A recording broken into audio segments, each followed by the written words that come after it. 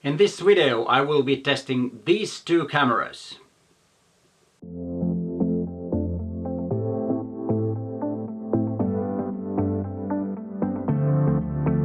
Hi there, I'm Peter Forsgaard, an Olympus visionary from Helsinki, Finland. And before we start testing actually it's an introduction of these two cameras, please consider subscribing to my channel and hit that bell so you get noticed when there's a new video online. I post videos on every Tuesday and every Friday. My channel is all about you getting to be a better photographer. I loaned these two cameras from Olympus, Finland. So I don't own these, I don't actually have them. But thanks for Olympus Finland for letting me test these and make these videos. I will be making several videos on both of these cameras, together and separately. These cameras are not exactly quite new. The OM-D E-M10 Mark II was introduced in August 2015, and the Mark III version of the E-M10 was introduced in 2017. But both of these cameras are still great for capturing great images, and they are very popular. And both of these cameras are a step up from pen EPL cameras. The biggest difference with these cameras from the pen EPL series is that these have a electronic viewfinder, which the pen EPL series does not have. But let's get back into these two cameras. The physical appearance is almost identical. Both of these cameras have a tilting screen, and actually for photography I like this a lot more than the articulating screen that, for example, the EM1 Mark II has or the EM5 Mark II has. I think this one works better when doing photography. But of course, when doing video, the articulating screen is a lot better in my opinion. Both of these cameras have a pop-up flash, which can be turned on by switching the power switch all the way up where there is the flash shine. But I would not use these flashes because when the light comes straight from the camera, it's usually very harsh. But of course, if you need some fill-in flash, then you have the option to have the camera pop up like this. So it's not actually a bad thing, but remember, it's never a very good light for a main light source. The biggest difference in appearance, or actually when you hold the camera in your hand, is the grip. The EM10 Mark III has a little bit bigger grip, and it feels to be a little bit bigger. Is it this one? Yeah, it's this one. It feels a little bit better in your hand than the EM10 Mark II. It's not a big difference, but it actually makes a huge difference. It's slightly bigger, and as I said, it's easier to hold in your hand. The technical specs are quite similar. They both have a 16 megapixel sensor. The difference is that the newer version of EM10 Mark III, that is, has the TruePic 8 processor, while the other one, the EM10 Mark II, has the TruePic 7 processor. This should mean a better image quality with the newer version of the camera and less noise.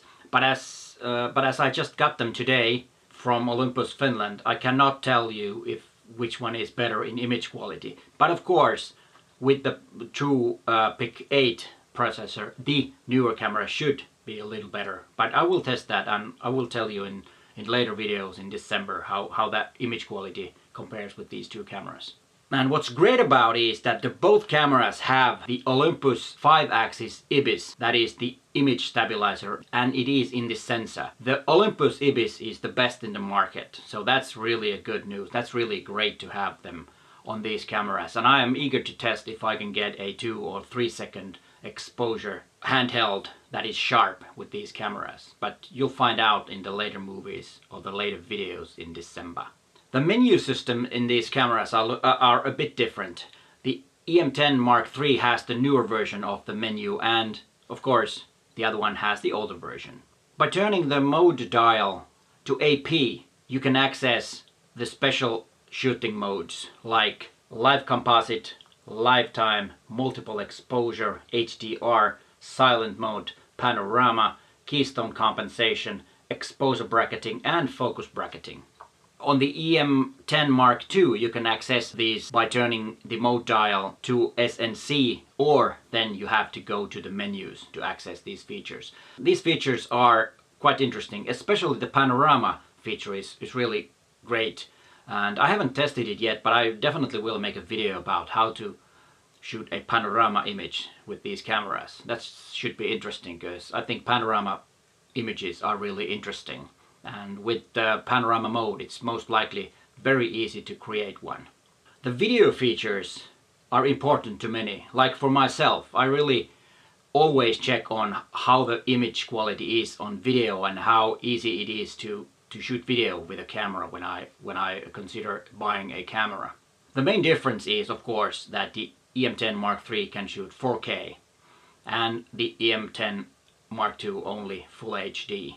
And I think that's a big difference, because with the 4K footage you can crop the image without losing any quality. For myself, that's a big thing. I do a lot of corporate videos, and using the camera that I am actually using right now, EM1 Mark II, and it has 4K, and I can crop the image so that I can cut out, you know, pauses, wrong words, etc., etc., like I have to do with my videos, because English is not my native language and sometimes I have hard time to find the right words. But it's really a good feature. But I need to test the EM10 Mark III, how good it is in video. And of course, for vlogging it's not maybe the best camera, and just because it has a tilting screen and not an articulating screen. But otherwise it probably most likely could be a nice camera to use for video and also vlogging. But we'll see on that when I make a video about the video qualities of these cameras. I have both of the kit lenses, both of the 14 to 42mm kit lenses on these, and the other one has the electronic zoom and the other one has the older version of the kit lens. It's actually the version 2 of the kit lens, and they're not very fast. The fastest aperture is on wide angle, both have f3.5, and on the or the 45mm end it's 42mm. And the electronic zoom is very handy in video, and I don't like it that much when I make photographs because it's not so precise. But there are some handy things that I need to test some more. For example, the electronic zoom can be controlled from the OA Share app. And if you have any suggestions or needs to find out what are my opinion or what I should test on these two cameras, please let me know in the comments, and I see what I can do. Even though I have several topics already, as I have mentioned, but still, please, if you have any suggestions what to test on these cameras, please let me know. The price on these cameras at the moment when this video was shot is a little different. The older model of EM10, the Mark II version, is around let me check that. Sorry, it's around 700 euros with the pancake zoom lens, and the newer version, the EM10 Mark III, is about 850 with the pancake kit lens. And there is quite a difference. 150 euros is not a small amount of money, and it's going to be interesting during this December to find out, is the newer version worth the 150 bucks, or the 150 euros actually, to put to a newer version of EM10 camera. But hey, thanks for watching and bye for now.